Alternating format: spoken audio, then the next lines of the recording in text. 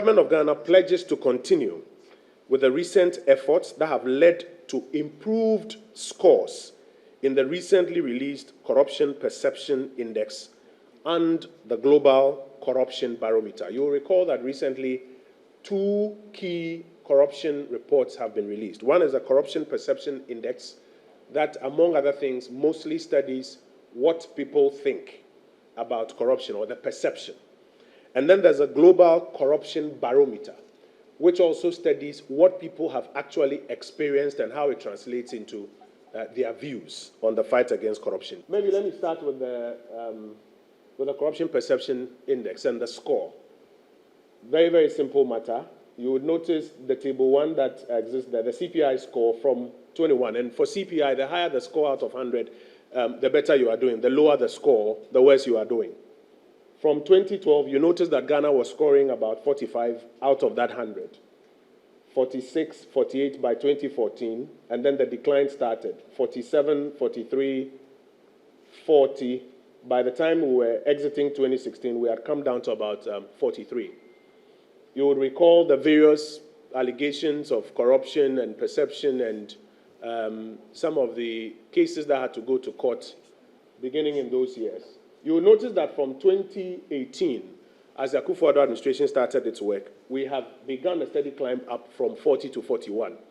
And in the year 2019, which mostly is a survey of the 2018 incident, you will find that we are maintaining that score of 41. The administration believes that it's because of a number of things. I'll go through those things. But not this alone. There's also the Global Corruption Barometer, 10th edition, that was also recently released. And if you can project that for us as well. A few specific questions that were also put up.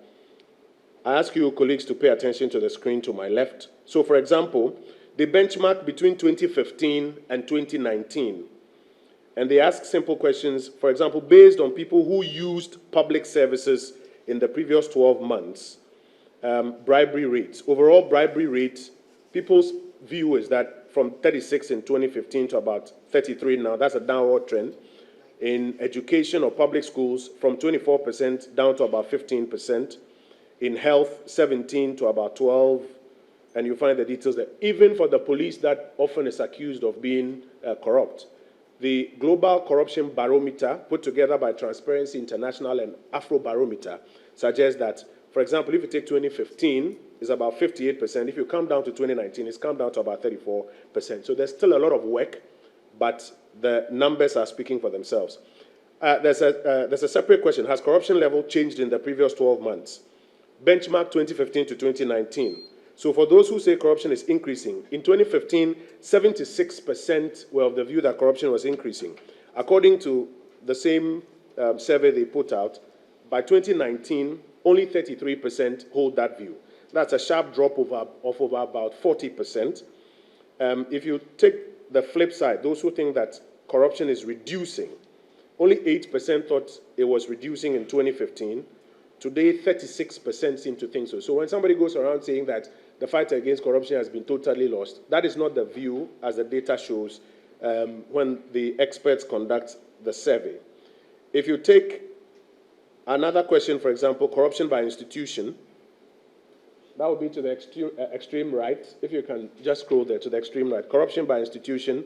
In 2015, president or prime minister, 47% were of the view that the president or prime minister of the country at the time or that institution was involved in corruption. Today, there are only 27% who hold that view. Sharp drop of about 200 basis points, or 20% downwards. If you take even MPs, used to be 48 down to 32. Government officials in general, 53 down to 35.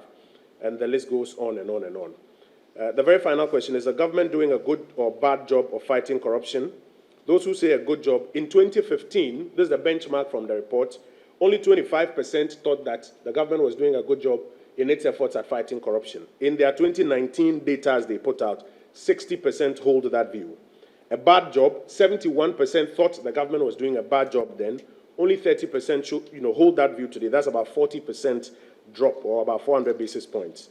Those who are indifferent, 4 to 10%, and still those who refuse to answer is 0. So both reports give us cause to believe that the initiatives that the administration has put out in our quest to fight corruption are beginning to yield results. And there's a plethora of initiatives, including improved funding to the anti-corruption agencies such as SHRAJ, the Auditor General's Department, setting up new offices like the Office of the Special Prosecutor.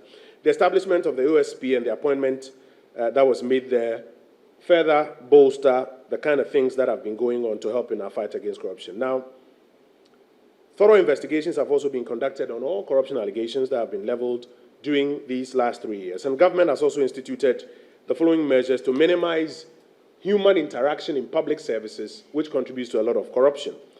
For example, activity at the ports, which is now going through a digitized process, the DVLA processes, the passport processes, among others, and the broader digitization exercise, which seeks to reduce human interaction in public services and therefore reduce the propensity for corruption.